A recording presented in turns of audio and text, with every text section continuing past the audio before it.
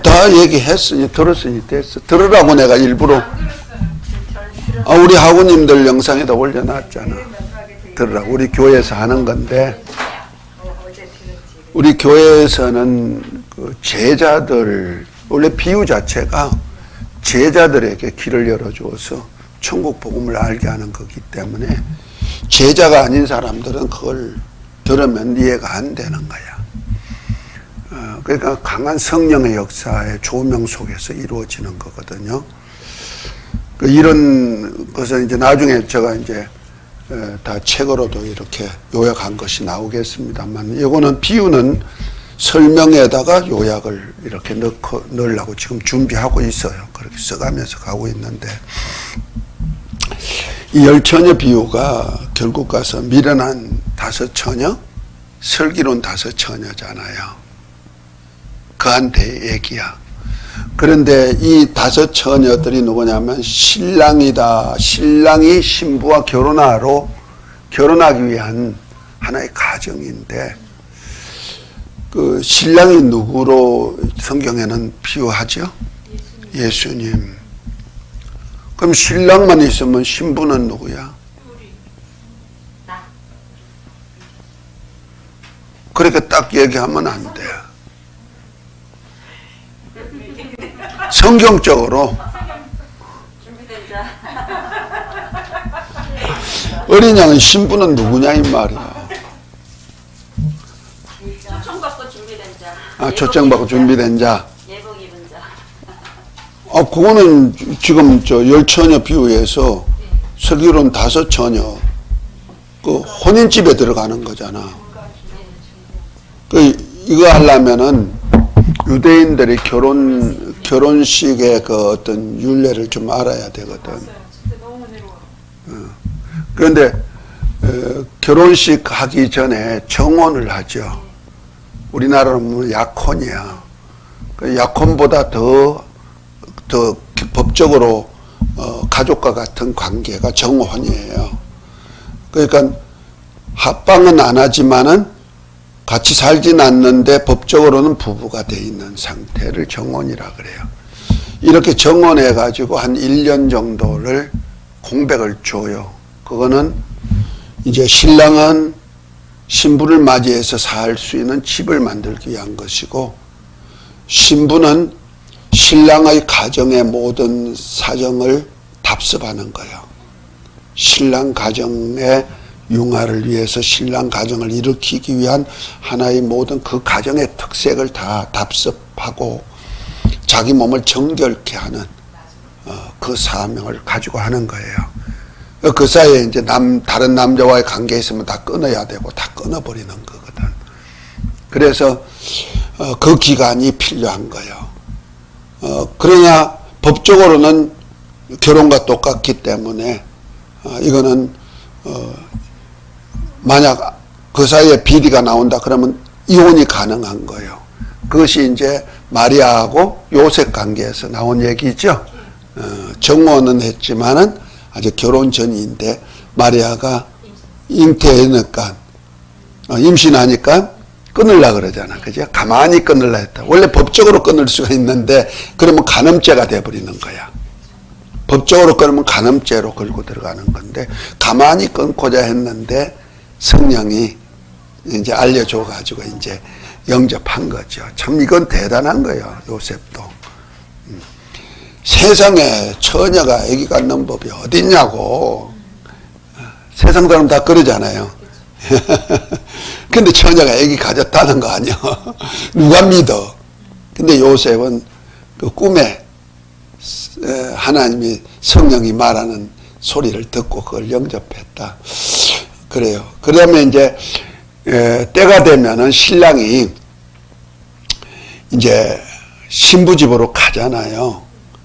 가기 전에 이제 친구들하고도 같이 가는데 온 동네가 잔치하면서 이 동네에서 그냥 노래하면서 또 이 동네를 건너가면서 노래하면서 친구들하고 같이, 지금 우리나라로 말하면 함제비가 있어가지고 함사세요 하고 미리 이렇게 가듯이 말이야.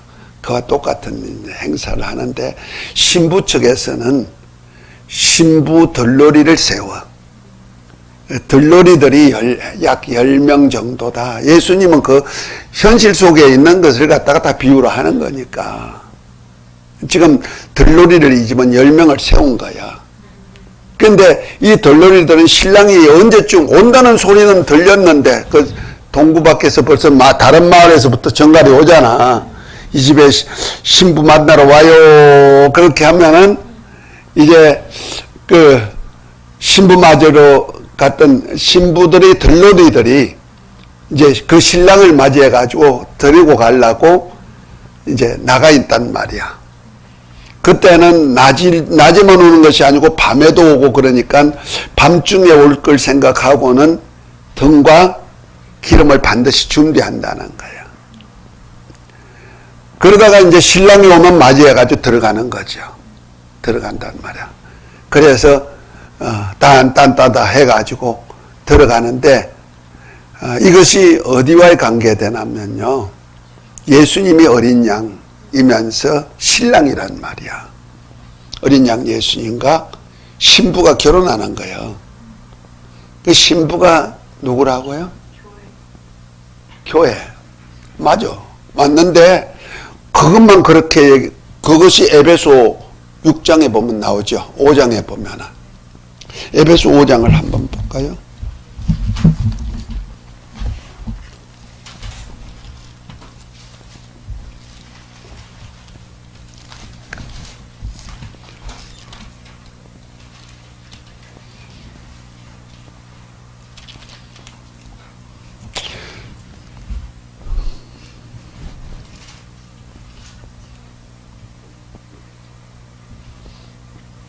가만 있어. 어디 있어?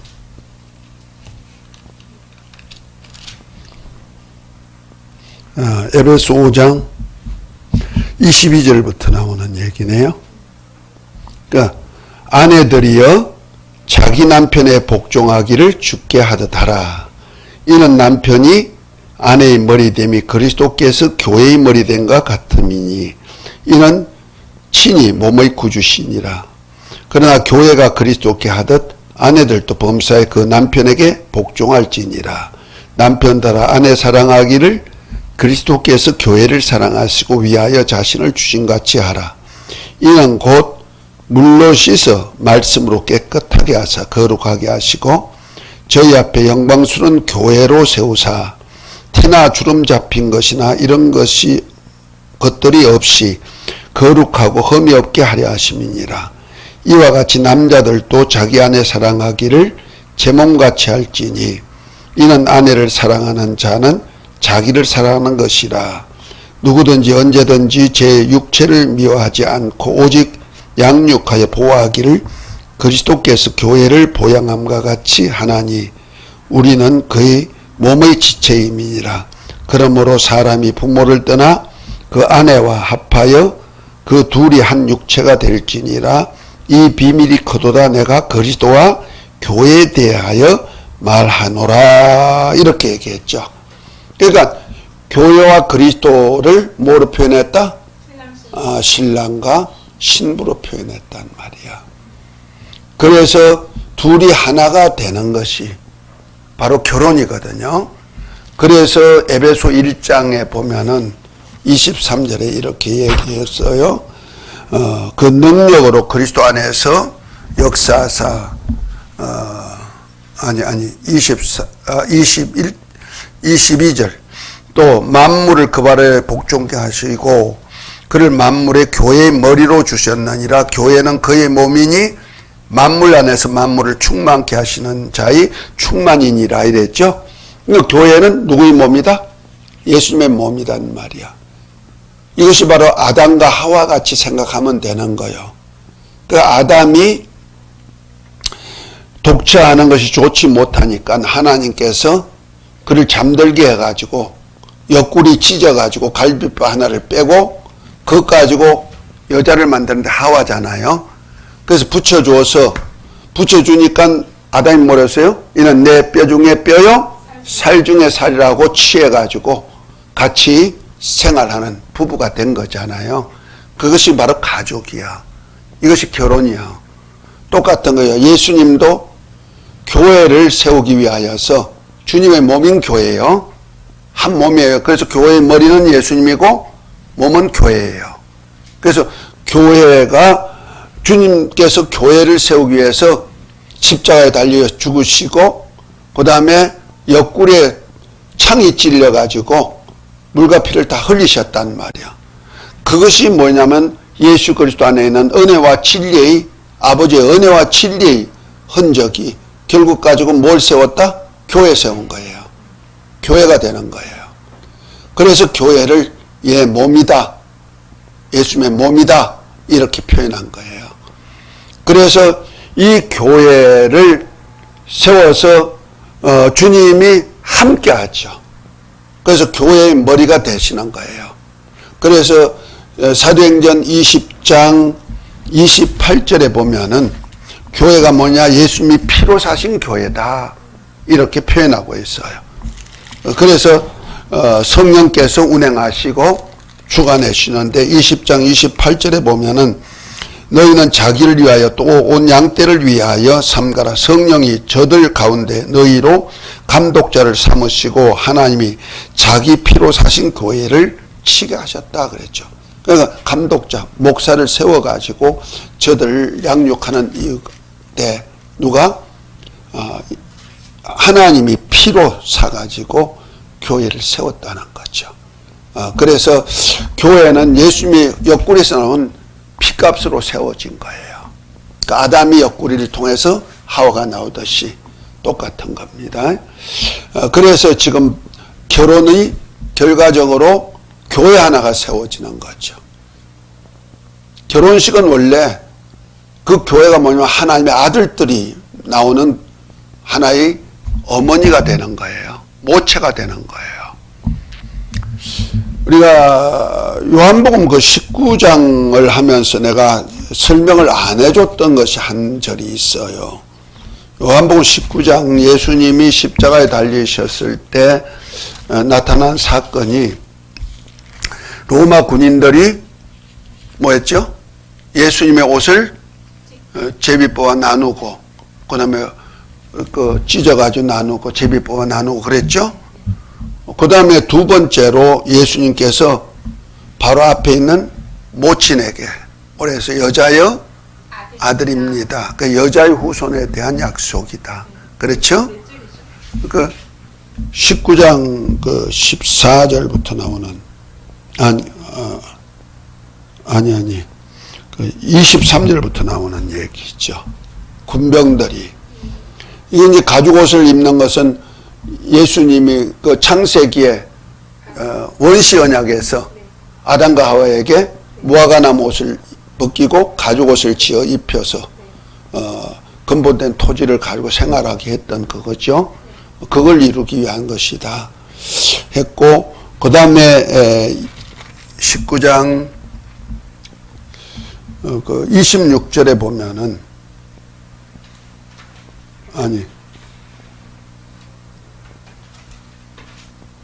26절에 예수께서 그 모친과 사랑하는 하시는 제자가 곁에 선 것을 보고 그 모친에게 말씀하시되 여자여 보소서 아들입니다. 그 여자의 아들, 여자의 후손인 것을 얘기하죠. 19장 26절 요한복음 여기서 아들이라고 하면 그 제자를 보고 제자 보고 한 얘기가 아니고 어머니에게 예수님이 십자가에 달렸을 때 앞에 있는 모친 마리아들어 여자여 아들입니다. 자기가 아들이란 거예요. 여자의 후손입니다 하는 걸 알려준 것이라 그랬죠. 그 다음에 하나는 선악과 사건을 통해서 먹으면 죽으리라 한 말씀대로 예수님께서 마지막에 목마르다 하니까 군인들이 신포도주를 이렇게 찍어가지고 입에다 대주니 받으시고 다 이루었다 하고 운명하셨다 그랬죠. 이것이 바로 원시 언약을 다 이룬 것이다. 지난번 다 설명했어요. 그런데 그 과정에서 하나 딱 빠진 것이 있어. 뭐냐면은 26절 27절 한번 읽어볼까요? 자, 읽어봅시다. 예수께서 그 모친과 사랑하시는 그 제자가 곁에 섰는 것을 보시고 그 모친께 말씀하시되 여자여 보소서 아들이다 하시고 또 그 제자에게 이르되 보라 내 어머니라 하신데 그때부터 그 제자가 자기 집에 모시니라 그랬어요. 자, 여기서 그 사랑하는 제자가 바로 사도 요한이라고 얘기해요. 학자들이. 그 사도 요한에게 마리아를 소개하기를 뭐라 했다? 너 어머니다 그랬어. 너 어머니다. 원래는 예수 그리스도의 어머니 있죠? 예수 그리스도의 어머니인데 이제 너의 어머니가 됐다는 거예요. 그래서 가톨릭에서는 마리아를 어머니하고 하는 이유가 거기 있는 거예요. 이 말씀을 인용해가지고. 그런데 이 어머니, 이제 예수님은 원래 여자의 후손이니까 여자의 어머니가, 여자의 후손이니까 예수님의 어머니가 되는 거예요. 예수님의 어머니인데 이제 누구의 어머니다? 제자들에게 너의 어머니다 그랬어요. 그러면 제자들의 어머니니까 마리아가 어머니인데 마리아는 누구냐면 예수 그리스도를 낳은 자란 말이야. 그렇죠? 이제는 예수 그리스도와 똑같이 낳는 예수님과 똑같은 자를 낳는 너희 어머니가 됐다는 거죠. 그 여자를. 그 제자들이 이제부터 자식을 낳는다 이 말이야. 누굴 통해서? 여자의 후손과 같은 자식을 낳는다 이 말이야. 그러니까 그리스도인이 그리스도를 낳는다는 거. 그렇죠. 그래서 우리가 교회가 복음 전해가지고 누굴 낳아? 예수 그리스도 하나님의 아들의 영을 받게 만들어서 아들들이 되게 만드는 작업을 하는 거야. 이건 교회를 얘기하는 거란 말이야. 마리아를. 너 어머니다 했을 때 그 어머니가 뭐로 표현하면 돼요? 교회로 표현하는 거예요. 교회를 낳은, 곧 예수님의 몸을 낳은 어머니가 되는 거예요. 그래서 이제부터는 여자의 후손과 같은 후손이 제자들을 통해서 나오게 됐죠. 요 비밀을 아차 잘못하면은 이상해지기 때문에 내가 이걸 잘 설명을 안 하는 거예요. 내가 깨달은 것은 그랬는데 요거 잘못 설명해 보면 마리아가 그러면 교회 어머니네, 그 천주교가 맞네 이렇게 할까 봐.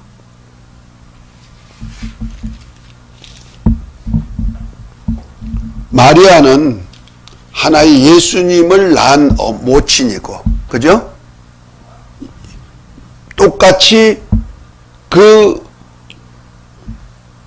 교회를 세우는 제자 요한의 어머니가 되어버렸단 말이야. 그러면 요한의 어머니니까 그 마리아를 통해서 나오는 누가 나와야 된다? 예수님과 똑같은 자식이 나오도록 하는 사역을 제자들로 한다는 거죠.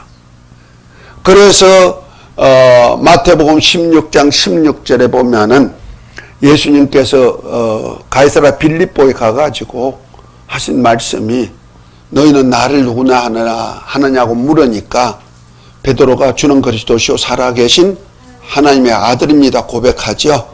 그때 복이 있다 하면서 내가 이 반석 위에 내 교회를 세우리니 음부의 권세가 그러니까 주님의 교회를 세우는데 주는 그리스도시요 살아계신 하나님의 아들입니다 하는 고백 속에서 이제 교회가 나온다는 말이야. 이 교회가 뭐냐면은 결국 가서는 예수 그리스도와 같은 몸이 될 수 있는 자란 말이야. 몸. 예수님과 똑같은 몸. 그러면 예수님과 똑같은 몸이니까 여자의 후손이 나와야죠. 여자의 후손과 같은 영이 나온다 이 말이야. 뭐를 통해서? 교회를 통해서. 이것이 바로 어린 양의 신부라고 표현하는 거예요. 교회를. 그래서 그런데 이 신부가 그래서 계시록 21장을 한번 봅니다. 신부가 누구냐? 성경에서 이 어린 양의 신부가 딱 나오죠. 21장 1절부터 보면 또 내가 새 하늘과 새 땅을 보니 처음 하늘과 처음 땅이 없어졌고 바다도 다시 있지 않더라. 또 내가 보매 거룩한 성 새 예루살렘이 하나님으로부터 하늘에서 내려오니 그 예비한 것이 신부가 남편을 위하여 단장한 것 같아. 그 새 예루살렘이 내려오는데 누가 단장해서? 신부가 남편을 위해서 단장했다는 거예요. 그러면서 이제 새 예루살렘에 대한 얘기를 쭉 하면서 이제 9절에 넘어갑니다. 이것들을 이제 27절에 보면 이기는 자는 이것들을 유업으로 받으니 이는 저희가 저희의 하나님이 되고 그는 내 아들이 되리라 했는데 이들이 누구냐면 바로 계시록 2장 3장에 나오는 일곱 교회, 일곱 반열로 되어 있는 그때 이기는 자는 했는데 이기는 자들이란 말이야. 이 이기는 자들이 누구라? 하나님의 아들들이라는 거죠. 그 교회를 통해서 낳은 자식들이에요. 자, 그런데 이제 9절에 보니까 일곱 대접을 가지고 마지막 일곱 제접을 담은 일곱 천사 중 하나가 나와서 내게 말하여 가로되 이리 오라. 내가 신부 곧 어린 양의 아내를 내게 보이리라 그랬죠. 이것이 이제 어린 양의 아내가 보여준다고 했는데 그 아내가 누구냐? 10절 11절 한번 읽습니다. 성령으로 나를 데리고 크고 높은 산으로 올라가서 하나님께로부터 하늘로서 내려오는 거룩한 성 예루살렘을 보이니 하나님의 영광이 있음에 그 성의 빛이 지극히 귀한 보석 같고 벽옥과 수정같이 맑더라 그랬죠. 그러니까 어린 양의 신부를 보여주는데 누굴 보여줘요? 새 예루살렘 성을 보여주네. 그러면 새 예루살렘이 어린 양의 뭐야? 신부예요, 신부. 근데 이 어떻게 해서 그 건물인데, 건축물인데 신부라고 할까? 자, 쭉 읽어보면 이제 나오는 거예요.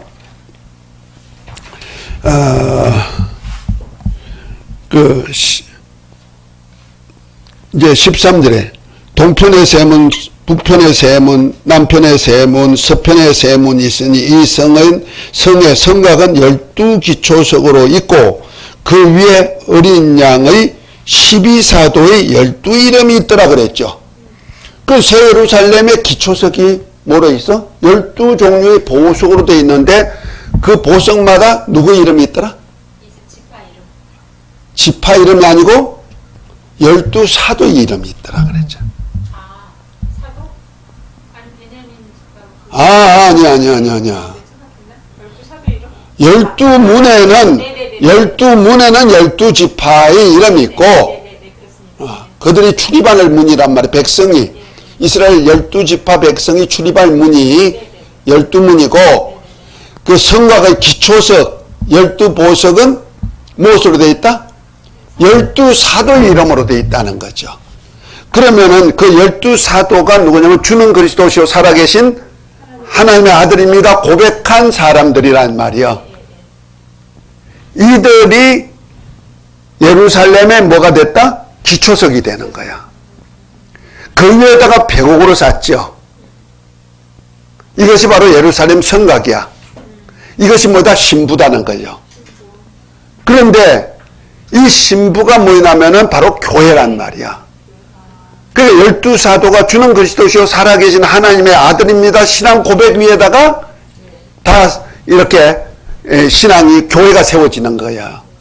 그것이 어디다? 예루살렘에. 그래서 교회에서 천국 열쇠를 줘가지고 땅에서 매면 하늘에서 매고 땅에서 풀면 하늘에서 풀리는 거야. 그래서 땅과 하늘 예루살렘과 하나가 되는 거야. 그래서 예수님은 이걸 지으려고 지금 처소를 예비하러 하늘에 갔다는 거 아니야. 신부를 만드는 거. 곧 어린 양과 결혼할 수 있는 신부 그 집을 만드는데 이 신부 집에는 누가 있느냐? 누가 있을까? 신부가 누구냐 이 말이야. 예루살렘인데 그래서 교회란 말이야. 그 교회 인원이 있어야 되잖아. 교회가 되려면 회중이잖아. 그죠?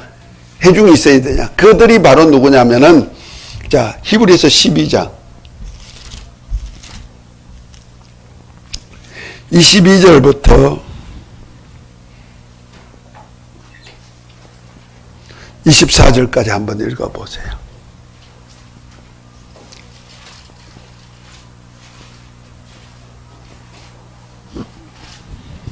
그러나 너희가 이른 곳은 시온산과 살아계신 하나님의 도성인 하늘의 예루살렘과 천만 천사와 하늘에 기록된 장자들의 모임과 교회와 만민의 심판자이신 하나님과 및 온전하게 된 의인의 영들과 새 언약의 중보자이신 예수와 및 아벨의 피보다 더 나은 것을 말하는 뿌린 피니라. 예, 여기 보니까 이제 마지막에 우리가 이를 곳이 어디요? 시온산과 살아계신 하나님의 도성인 예루살렘, 하늘에 있는 예루살렘이죠. 이 예루살렘이 신부라 그랬죠.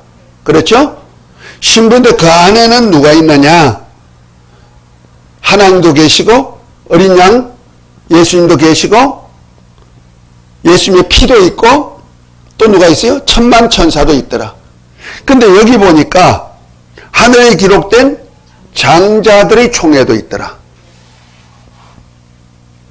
그 다음에 하늘에 기록된 교회도 있더라. 또 뭐가 있어요? 온전케 된 의인의 영들이 있더라. 그 사람으로서는 세 종류가 있네요. 새 예루살렘에는 장자들의 총회. 장자가 뭐요? 하늘나라를 상속받을 수 있는 자죠. 그래서 장자권은요, 왕권이에요. 왕으로서 들어가는 거예요. 그래서 왕들의 총회가 있어. 왕이 많다 이런 얘기죠. 천국은 워낙 넓으니까 한 골만 얻어도 아마 지구 땅 덩어리보다 더 넓을 테니까 이 땅에 땅 한 평, 두 평 가지고 싸우지 마십시다. 그거 못 써가지고 그냥 10억, 20억 주고 집 살라고 하지 마시고 그게 투자하려고 생각하지 마세요. 머리 쓰지 마. 천국에 가면은 땅덩어리가 얼마나 돌아올까? 내가 왕권만 가지면, 장자권만 가지면 아마 지구 한 골이 지구보다 훨씬 크다고 생각하면 돼요. 자, 이렇게 어떤 사람은 10골, 어떤 곳에서 5골 왕권을 가진 자가 장자권이에요. 그 다음에 교회. 이 교회는 하나님의 아들들이라 그랬어요. 그래서 그 7교회, 계시록의 7교회는 에베소 교회부터 라우디게아 교회까지는 바로 하늘나라 하나님의 아들들이란 말이에요. 아들들. 그 아들들로서 아버지 집에서 살 수 있는 권리. 결과적으로 예루살렘의 주인이 되는 거예요. 다들 주인. 그 다음에 이제 온전케 된 의인의 영들은 누굴까? 그것이 바로 히브리서 11장에 나오는 믿음은 바라는 것들이 실상이요부터 시작해가지고 구약시대 신자들. 그들은 정글을 가지고 신앙생활을 했단 말이야. 약속은 받지 못하고. 그러니까 온전케 된 영은 아니야. 그런데 약속을 받아야만, 약속된 것이 이루어져야만 온전케 되는 거거든. 증거만 가지고 신앙생활을 했던 그들이 이제 예수님이 죽으심으로 그들의 영이 이제 온전케 돼버렸죠. 의롭다함을 받은 거예요. 온전케 의롭게 다함을 받은 거예요. 이것을 온전케 된 영이다. 이렇게 말하는 거예요. 그래서 히브리서 11장 마지막에 39절, 40절에 보면 이렇게 얘기하죠. 이 사람들은 다 믿음만 말미암아 증거는 받았으나 약속을 받지 못하였으니 온전한 의인이 되지는 않았단 말이에요. 증거만 가지고 신앙생활을 했죠. 짐승이나 뭐 여호와 이름 부르면서 짐승을 드리고 막 이랬잖아요. 짐승이 우리 예수님이 오실 때까지 하나의 예표로만 주신 것이죠. 40절에 보면 이는 하나님이 우리를 위하여 더 좋은 것을 예비하셔서 우리가 아니면 저희로 온전함을 이루지 못하게 하려 하십니다. 우리 죄를 담당하시고 신약시대 사람의 죄를 담당하시고 예수님이 죽으심으로 저들 구약시대 증거만 가지고 신앙생활을 했던 사람들이 이제 온전케 되었다는 거죠. 이들이 온전케 된 영혼들이에요. 이해가 되죠? 이건 백성이라 생각하면 돼요. 하늘나라 백성. 이 하늘나라 백성은요, 아브라함의 후손 중에서 천년왕국에서 하늘의 별처럼 바닷가의 모래처럼 창대케 했을 때 그때도 백성이 나오죠. 그때 백성이 나오는 거예요. 예수님이 오셔가지고 첫째 부활에 참여한 저와 여러분들이 왕같은 제사장으로 다스릴 때 그때 탄생하는 자도 바로 거듭난 자들이 아니고 예수님 통치 아래 있는단 말이에요. 그또 이제 마지막에 나타나는 것이 이제 무저갱에 있던 마귀를 잠시, 마귀와 그 사자를 잠시 놓아나니까 세상을 미혹하죠. 그러다 전쟁을 일으켜 그것이 고가 마곡 전쟁이죠. 그럴 때 이제 하늘에서 불이 내려가지고 이 세상을 없애버리고 마귀를 지옥불에 보낸단 말이야. 그런데 하나님께서 그 천년왕국에 예수님이 다스렸으면 똑같이 그냥 다 천국 가면 되는데 왜 또 그 마귀를 무저갱에 가놨다가 천년 동안 가둬놨다가 마지막에 왜 풀어놨을까? 그게 항상 질문이었어요. 예? 그게 항상 의문이었어요. 항상 의문이었어요?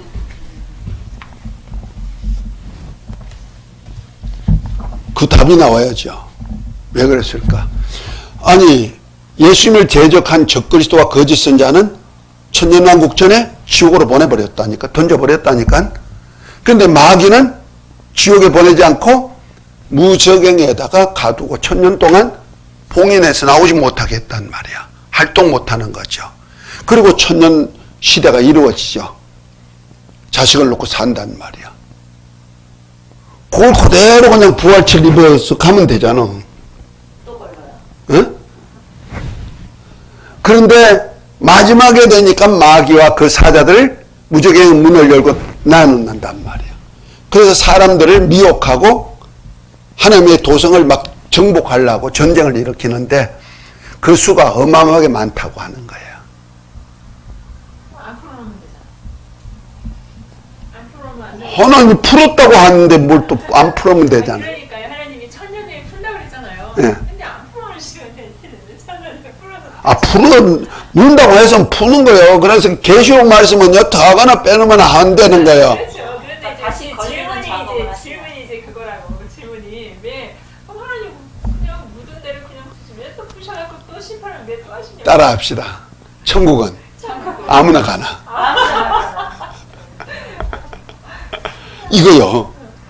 천국은 누구만 가는 줄 아세요?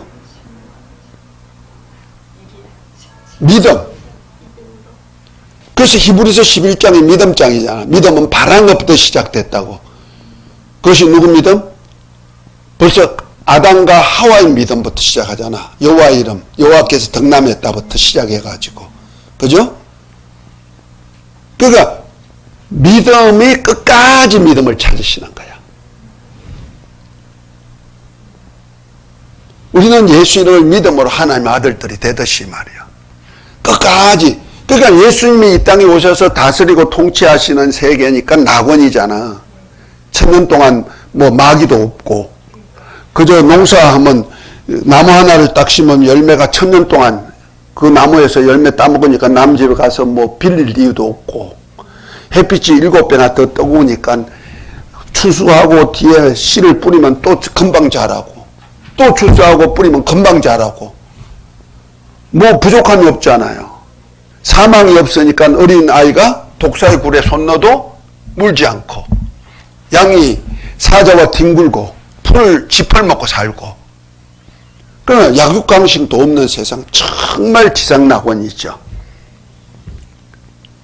그때 예수님을 가르치는 자들이 누군지 아세요? 천년 동안 왕노릇할 우리들이야. 예수님이 메시아다 가르치는 거예요. 근데 요즘 아무리 우리가 성령으로 예수님이 메시아라고 막 보정해주고 은사로 역사해주고 나타내줘도 다 믿어요? 안 믿죠. 믿는 사람은 믿지만 안 믿는 사람이 있고 어떤 사람은 대적하잖아요. 그죠? 똑같은 현상이 나타나는 거예요. 질문이 있어요. 예. 그때 그 천국에서도 우리가 일을 해야지만 먹고 살아요? 천국에는 일 안 하죠. 그렇죠? 예, 찬양하는 일이죠. 감사하는 일이겠죠. 천년왕국 시대. 천년왕국은 일하는 육을 가진 사람은 일하죠. 농사 짓죠. 근데 우리는 왕 같은 제사장으로서 그들을 지도하는 지도자들이죠. 한 예로 그 천국을 보여준 사건이 출애굽 후에 하나님이 광야에서 성막을 중심으로 해가지고 이제 이스라엘 12지파가 동서남북에 진치죠. 그 성막하고 하나님의 백성하고 그 중간에 누가 끼어 있어요? 레인이 있죠. 레이 자손들이 있단 말이야.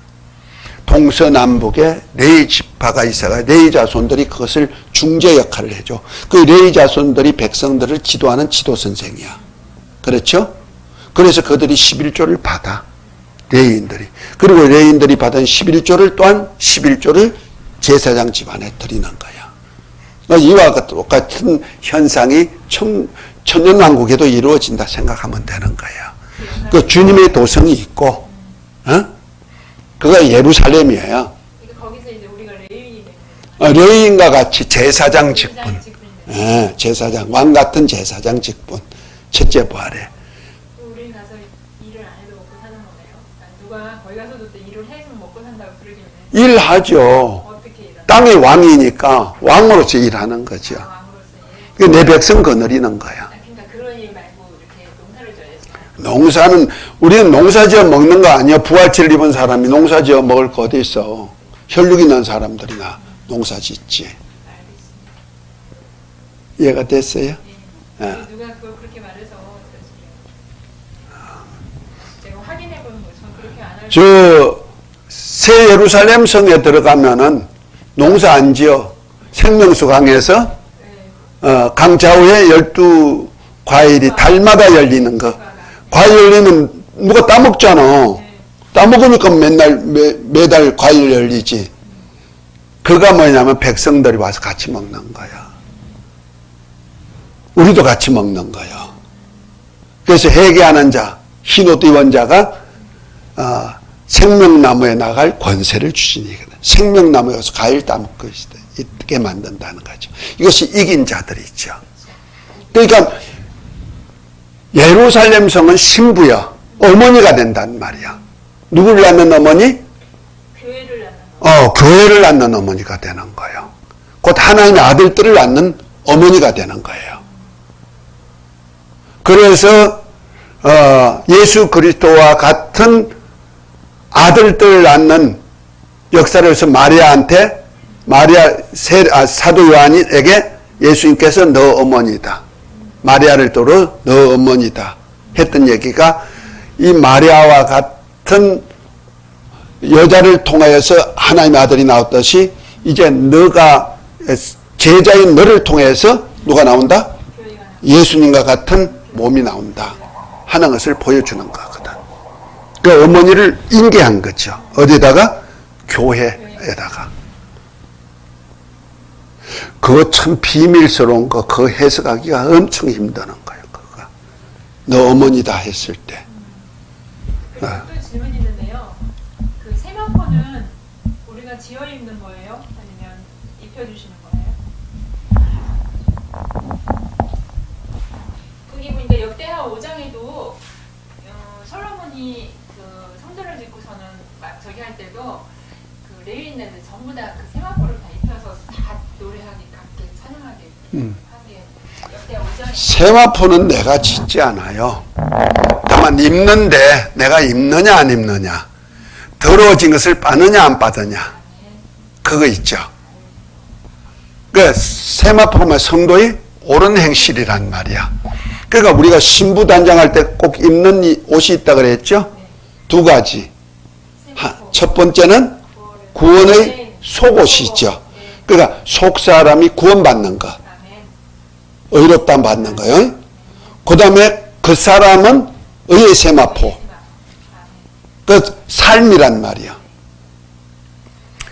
다시 말해서 성막으로 말하면 성소는 영혼에 해당하는 것이라고 생각하면 되는 거예요. 울타리는 세마포 의의 옷이라 생각하면 된다 이 말이야. 그러니까 영혼 구원을 위해서 우리는 뭐 해야 되냐면 예수 이름을 믿어야 되는 거예요. 그 다음에 의의 옳은 행실을 위해서는 진리의 말씀, 서로 사랑하라는 계명부터 주님이 하신 말씀을 지켜 살아야 되는 거예요. 그래서 믿음과 행위가 언제나 똑같이 돼야 의롭다함을 받는 거예요. 그것이 열처녀 비유에서 슬기로운 다섯 처녀가 되는 거예요. 슬기로운 다섯 처녀는 예수 이름을 믿고 그래서 빛의 자녀가 된 거야. 등이 항상 준비되어 있어. 그러면 이제 기름을 준비해야 하잖아. 그 등이 항상 불이 비치들어서 기름을 준비하는데 그건 뭐냐면 말씀이야. 서로 사랑하는 계명이란 말이야. 이 두 가지를 다 갖추고 살다가 보니까 육체가 마감됐어. 마감되면 우리는 어디 가요? 죽으면 끝나버려요? 천국 못 가죠, 아직까지. 어디 가요? 낙원이란 데 가죠. 낙원에는 잠잔다, 쉰다 그래요. 그래서 고린도전서 15장에 보면은 그 낙원에 있는 자들을 잠자는 자들로 표현했죠. 다시 말해서 육체가 있을 때 일하다가 육체가 떠나가면 이제는 그 상태로 정지돼 버리는 거예요. 더 이상 일할 것이 없어. 그래서 낙원에 가가지고 있는 거예요. 그때 잠잔다, 쉬는 거예요. 그러다가 이제 주님 오실 때 아무개야 이런 부를 때 이제 부활체를 입고 나온단 말이야. 그 영혼이. 자, 그때 이제 부활체를 입는데 그 영혼이 세마포를 입은 사람과 입지 아니한 사람이 있다는 거죠. 그러니까 세마포를 입은 사람, 곧 성도의 옳은 행실인 서로 사랑하라는 계명, 다시 말해서 남을 살리고 죄인이라도 서로 용서하고 화목을 이루어가는 사람은 예수님과 똑같은 은혜와 진리로 산 사람이기 때문에 이 사람은 몇째 부활에? 첫째 부활에 참여한다. 그것이 어린 양의 혼인잔치. 계시록 19장 7절부터 나오는 얘기죠. 그 다음에 이제 부활이 있는데 마지막 부활이죠. 천년왕국 끝에 이 세상이 없어질 때 다 부활체를 입고 나오는데 이제 아담 안에서 그 세상 끝날까지, 그 천년왕국 끝날까지 탄생한 모든 사람들이 부활체를 입고 나오죠. 그때는 선한 일을 행한 자는 생명의 부활로, 악한 일을 행한 자는 심판의 부활로. 이 선한 일을 행한다고 하니까 도덕 윤리적인 선함이 아니고 하나님의 뜻대로 말씀대로 신앙한 사람들 하는 뜻입니다. 악한 자가 누구냐? 지멋대로 산 사람. 이렇게 생각하면 되는 거예요. 자, 이렇게 해가지고 생명의 부활과 심판의 부활로 나와서 심판의 부활로 나온 자는 둘째 사망 불못에 들어가고 생명의 부활로 나온 자는 생명책에 이름이 기록된 자들. 그것이 바로 온전케 된 의인의 영들이라 생각하면 되는 거예요. 또 우리는 뭐요? 장자의 총회와 교회는 첫째 부활에 들려간다 생각하면 되는 거예요. 자, 그런데 아까 말씀한 중에서 세마포는 누가 만들어 입느냐? 어떻게 들으셨어요? 우리가 이렇게 행실로 이렇게 지어서 입는 거라 그랬어요. 어떤 사람은 지어서 입고 오는데 뭐 파리한 적이 없는 거 입고 온 사람 있고 어떤 사람은 뭐 이렇게 그래서 이거 아닌데. 그걸 잘 표현한 얘기가 창세기 27장인가 보면은 리브가가 아기를 가졌잖아. 이삭의 아내. 두 국민, 두 민족이 태중에 붙어 있다 그랬죠. 백성하고 하나님의 아들들, 장자권하고 둘이가 나오는 거야. 그런데 하나님의 작정상에, 하나님의 창세전의 계획상에 첫 아들은 원래 장자권을 가졌지만은 결국 가서는 차자가 장자권 차지할 것을 계획된 거예요. 그래서 장자가 누구냐? 이스라엘이야. 아브라함의 후손 중에 혈육의 이스라엘이야. 그래서 하나님으로부터 먼저 부름받았어. 그래서 장자권을 주려고 그랬죠. 그것이 요한복음 1장 1절부터 쭉 나오는 얘기야. 그러니까 우리 주님이 어디에 와서? 자기 백성에게 오신 거야. 자기 땅 자기 백성에게 와서. 그래서 그들 영접하면 뭐 줘? 하나님의 자녀가 되는 권세를 주려고 작정하신 거예요. 그래서 예수님께서도 이 땅에 오셔서 사역하실 때도 이방인의 길로도 가지 말고 사마리아로 들어가지 말고 차라리 이스라엘의 잃어버린 양에게로 가라 그랬죠. 이들이 바로 하나님의 아들들이 될 수 있는 자들이에요. 그래서 이스라엘에게 간 거예요. 예수님께서 한번 두로와 시돈 땅에 가셨죠. 그때 스르보니게 여자인가? 그가 자기 딸이 귀신 들려가지고 고생하는 걸 보고 예수님께 고쳐달라고 하니까 예수님 뭐라 합니까? 아이고, 자녀의 떡을 취하여 개들에게 줄 수 없다 그러죠.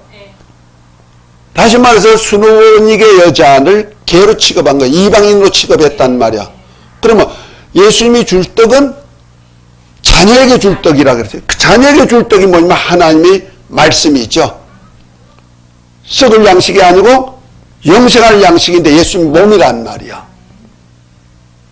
그 예수님 자신을 주는 거예요. 예수님을 믿게 하는 거예요. 그래서 예수님이 다른 데 가서 복음 안 전하잖아요. 자기 백성에게 복음 전하는 거예요. 이해가 됐죠? 그래서 백성을 원래는 장자권을 세우려고 했단 말이에요. 에서처럼. 그런데 에서는 무슨 사람이야? 들 사람, 육에 속한 사람, 육신에 속한 사람이지. 그러니까 다 가버렸어. 안 따른단 말이야. 그러니까 야곱같이 도둑놈, 아주 사기꾼, 아니요, 사기꾼이 아니야. 정당방위로 아주 애초에 장자권을 사모하도록 만들어가지고 비록 마마보이인데도 마마보이요. 우리가 볼 때는 장자권을 사모했다는 거 아니야. 그래서 형한테 장자 권리를 팥죽 한 그릇 떡 조금에 권리를 사버리잖아. 그러고 난 다음에 아버지한테 축복을 받으려고 할 때가 되니까 리브가가 뭐라 합니까? 야, 야곱아, 너 아버지 이삭이 너 형 에서한테 장자권 축복해 준대. 그거 아니야. 하나님은 작은 자가 큰 자가 작은 자를 섬기려 했으니 네가 장자권을 가져야 되는 거야. 그리고 야곱들을 꼬드겨 가지고 장자권 받도록 하냐. 엄마 그런 소리 하지 마. 형하고 나하고는 본질이 달라. 오히려 축복받기는 고사하고 저주받을 거야. 그러니까 리브가가 뭐래요? 아니다. 저주는 내게 돌리고 너는 복만 받으라. 엄마가 하는 일이 그거잖아. 하나님의 뜻을 이루기 위해서요. 두 아들인데 경쟁시켜. 똑같은 엄마인데 뭐 장자도 자식, 차자도 자식. 열 손가락 깨물어 안 아픈 자식이 있어? 다 귀하니까 누가 봤든 뭐 상관이 있어. 그런데 하나님의 사람은 안 그렇다니까. 말씀을 이루는 거예요. 누군지 아니까. 그래서 야곱들은 아니다. 네가 받아야 된다. 저주는 내가 받을 테니 넌 복만 받으라. 그래가지고 우리 간에 가가지고 살찐 송아지 한 마리 잡아오게 만들어가지고 그걸 요리해줘. 별미를 만들어. 그것이 제물이 되는 거야. 그리고 어떡합니까? 야, 형이 틀 사람이지? 그래가지고 그 짐승의 틀을 갖다가 붙여줘가지고 에서같이 똑같이 틀 사람 만들어 놨어. 누가 만들어? 엄마가. 그걸 아셔야 돼. 그리고 형 에서 방에 들어가 가지고 에서 옷을 가지고 와가지고 누구한테 입혀줘? 야곱한테 입혀줘. 뭔 냄새 나라고? 에서 냄새 나라고. 그러고 난 다음에 리브가가 야 이제 아버지한테 축복받으러 가는데 너 야곱 목소리 내면 안 돼? 누구 목소리? 에서 형같이 흉내내야 돼. 에서라고 이름하고 에서 흉내내야 돼. 그 누가 만들었어? 엄마가 만드는 거예요. 그거 엄마가. 그럼 마리아가 예수 그리스도를 탄생하듯이 교회가 예수 그리스도가 되도록 만들어주는 거예요. 아멘? 아멘. 하나님의 아들들이 예수님 닮도록 만드는 거예요. 그래서 강단해 주는 말씀은 어떤 말씀 줘야 돼요? 신부단장 시켜주는 말씀이 들어가야 된단 말이야. 그것이 예수를 믿고 그의 계명대로 서로 사랑하고 주의 말씀대로 살게 하는 거예요. 은혜와 진리로 살게 하는 거예요. 이것이 신부 단장이에요. 그래서 첫째 부활에 참여한 자들이 누구냐? 계시록 20장 4절에 보니까 예수의 증거와 하나님의 말씀을 인하여 목배임을 받은 영혼들과 그랬죠. 그들이 바로 예수의 증거, 예수 이름의 증거와 그 다음에 하나님의 말씀, 서로 사랑하라는 계명을 따라 산 사람들이 첫째 부활에 가는 거예요. 그 다음에 짐승표를 받지 않고 짐승에 경배하지 않고 살아서 주님을 믿는 사람들, 이것이 한란시대 성도들이죠. 그것이 계시록 14장 12절에 보니까 성도의 인내가 여기 있으니 저들은 하나님의 말씀과 또 예수 믿음을 지키는 자들이라. 짐승표를 받지 않고 이런 사람들이 첫째 부활에 들어갈 수 있는 거예요. 휴거되어 가지고. 이해가 됐습니까? 그러니까 예수 이름의 증거는 구원의 속옷이야. 의의 그릇은 뭐이다? 하나님의 말씀, 계명에 순종하는 삶이란 말이야. 이런 사람이 첫째 부활에 참여하는 거예요. 이것이 장자의 총회 혹은 교회가 되는 거예요.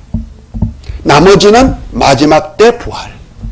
그 1000년 동안 살지 못한다 그랬잖아요. 마지막은. 나머지는 이것이 바로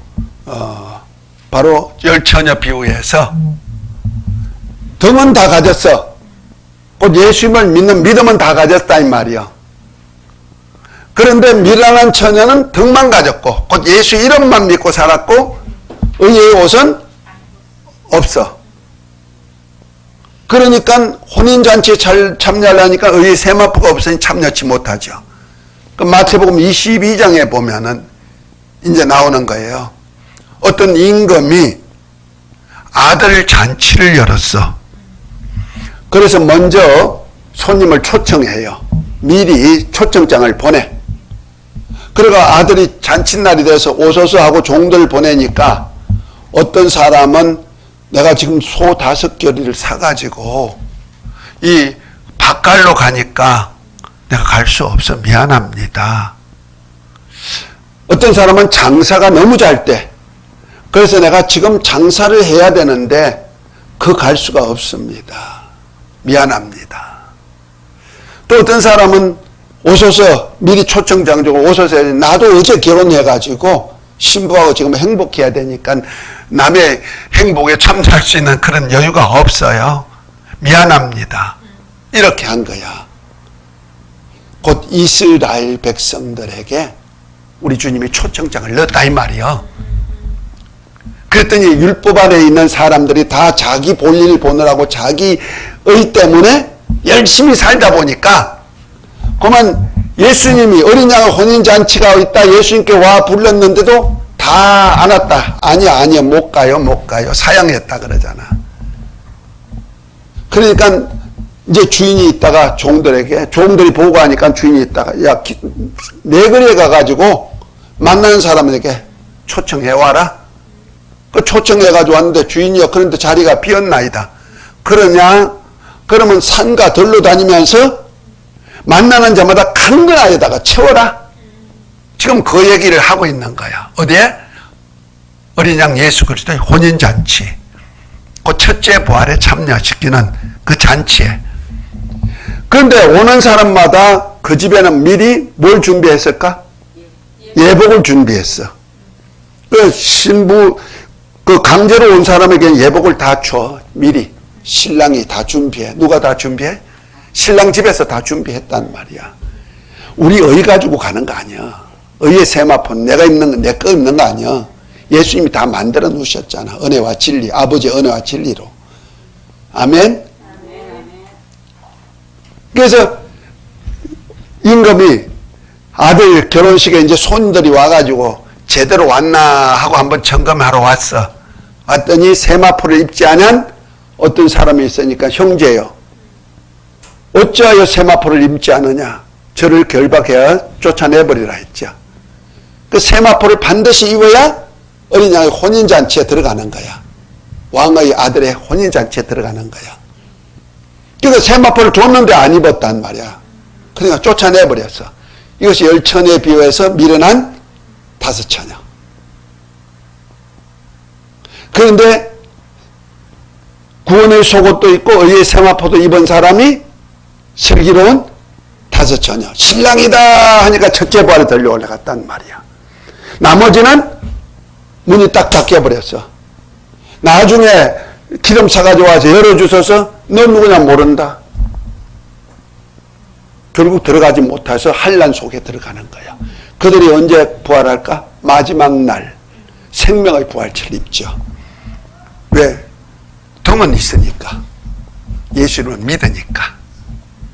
그런 예예요. 그가 10처녀 비유예요. 너무 시간이 많이 가버렸다. 이거 설명하다 보니까 다른 거. 진짜 너무 예뻤다. 이거 다 듣게 했으면 좋겠어. 이 내용. 마지막 좀 봐야 되는 거. 하나님의 영광. 그런 사람이 있더라고요. 이제 알았으니까 우리는 편하잖아. 네. 어떻게 살아야 될 것 딱 네. 방향이 그게 집히잖아. 아니라고 우기니까 답답한 거죠. 그래서 사랑하는 것이 뭘 어떻게 하는 것이 사랑하는 거다? 알게 하는 거? 전하는 거? 내가 사랑해. 의의 세마포를 입는 거. 사랑하면 의의 세마포를 입는 거잖아. 내가 내려서 서로 사랑하라. 새 계명이잖아요. 그러면 내가 사랑하는데 사랑하는 표가 있어야지. 뭐 어떻게 하는 거가 사랑하는 거다? 자, 고린도전서 13장 한번 볼까요? 사랑하는 표? 사랑을 어떻게 하는가 이 말이야. 어떻게 해야 되나? 고린도전서 13장. 사랑장이요? 사랑장이요? 12장의 은사, 14장의 은사야, 그죠? 네. 은사장인데 중간에다 사랑장 딱 넣어놨어.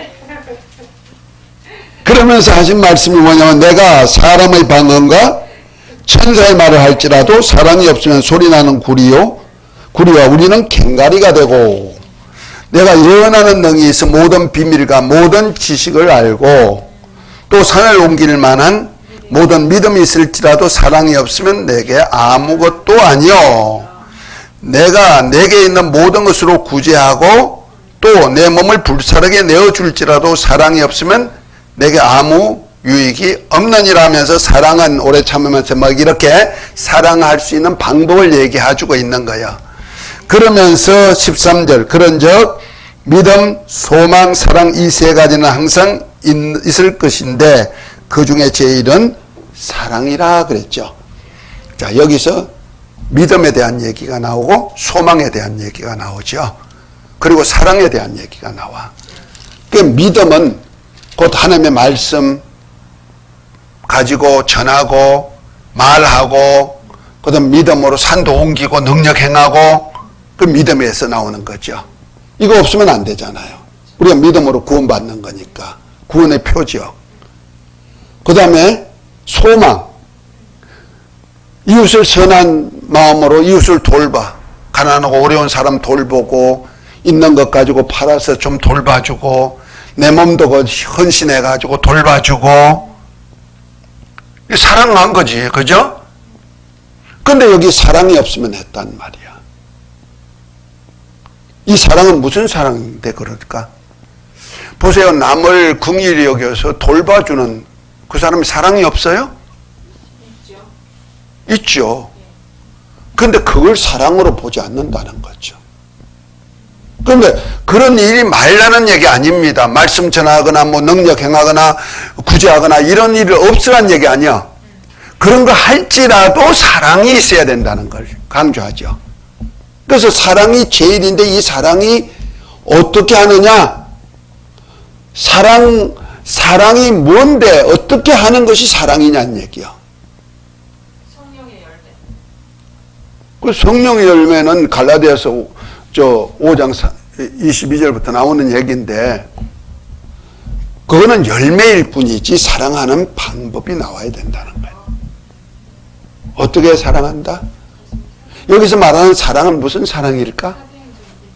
인간의 사랑이다? 아니요. 하나님의 사랑? 그래, 하나님의 사랑이죠. 아가페 사랑. 아가페죠. 그런데 사랑이 나타났는데 누굴 통해서 나타나셨다? 예수 그리스도. 할렐루야. 그래서 내가 성경 찾아준 데가 있어. 여러 번 내가 찾아줬어. 사도행전 1장? 아니야. 요한일서 4장 8절에서 7절부터 10절까지 다시 한번 그 찾아 읽어보세요. 사랑하는 방법을 알아야 된다니까. 그것 모르고 믿음, 소망 중에 일하는 것 좋지만은 사랑 없으면 안 된다고 했던 것이 바로 그거요. 자, 요한일서 4장 7절부터 한번 읽어보십시다. 사랑하는 자들아 우리가 서로 사랑하자. 사랑은 하나님께 속한 것이니 사랑하는 자마다 하나님께로 나서 하나님을 알고 사랑하지 아니하는 자는 하나님을 알지 못하나니 이는 하나님은 사랑이시니라. 하나님이 사랑이 우리에게 이렇게 나타나신 바 되었으니 하나님이 자기의 독생자를 세상에 보내심은 자로 말미암아 우리를 살리려 하심이니이다.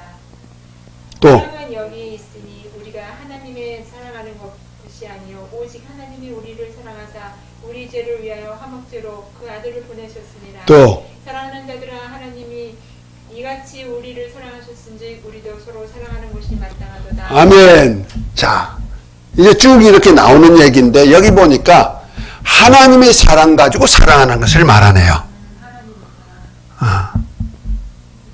자, 이 하나님의 사랑이 누굴 통해 나타났다? 예수 그리스도를 나타났는데 예수님을 통해서 무슨 일을 하셨느냐? 살리는 일을 했네. 영혼 몸을 살리는 전인 치유 사역을 했네요. 그렇죠? 그래서 어린 소자에게 물 한 그릇을 대접해도 상이 있는 거예요.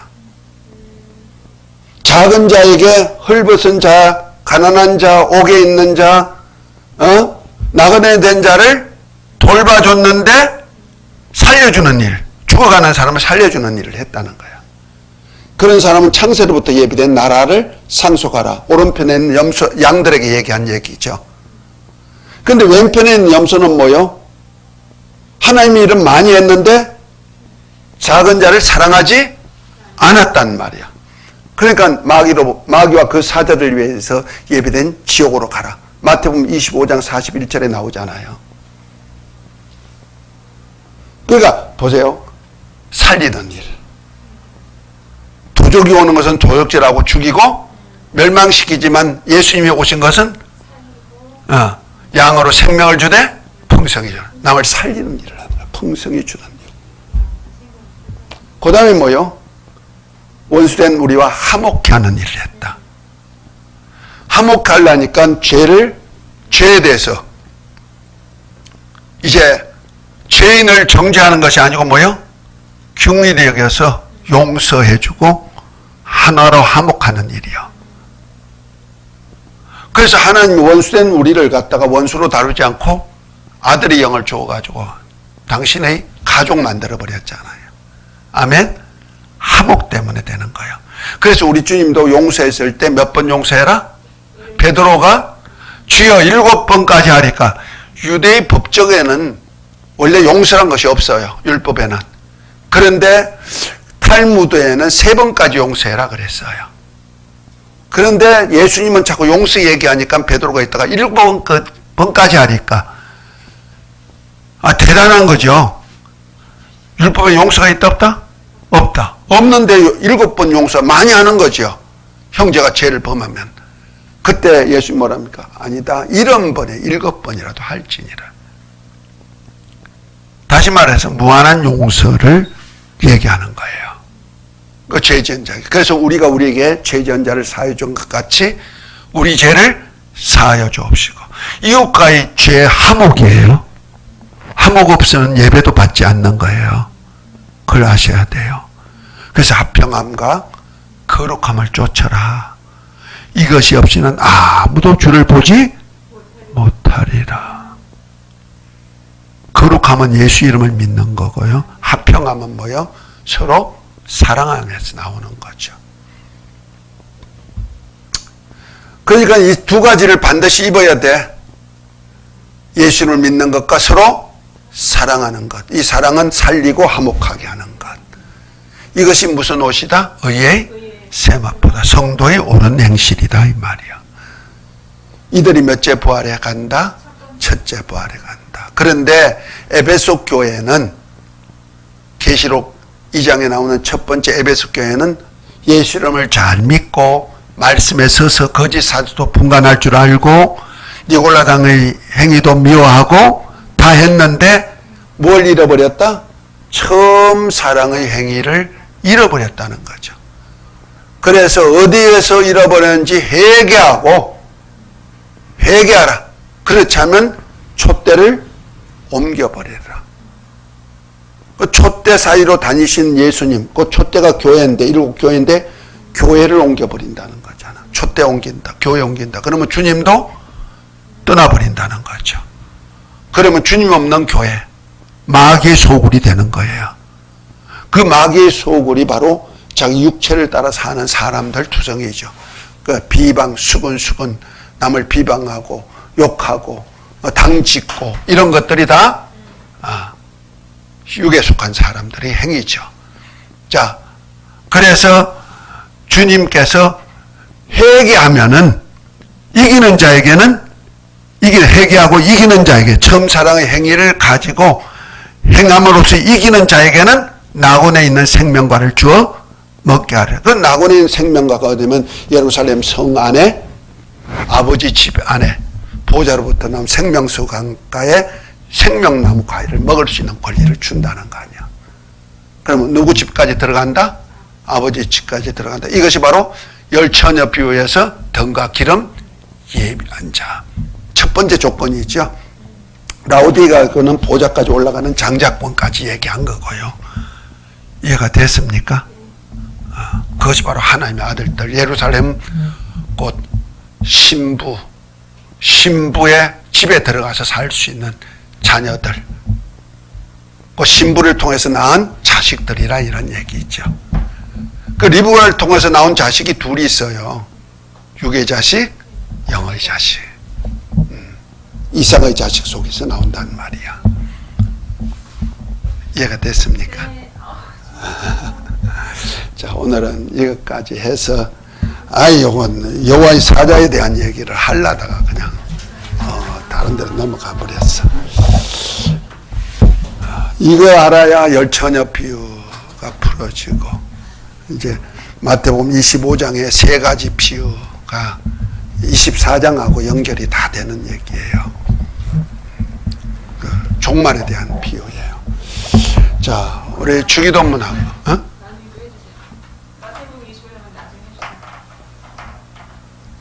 다음 주에 그 다음에 달란트 비유가 나올 거예요. 그 다음에는 양과 염소 비유 세 가지 비유 나오죠. 그거가 바로 마태복음 24장하고 다 연결되는 장이에요. 종말장. 자, 우리 주기도문하고 이번 주간 학기를 마칩니다. 하늘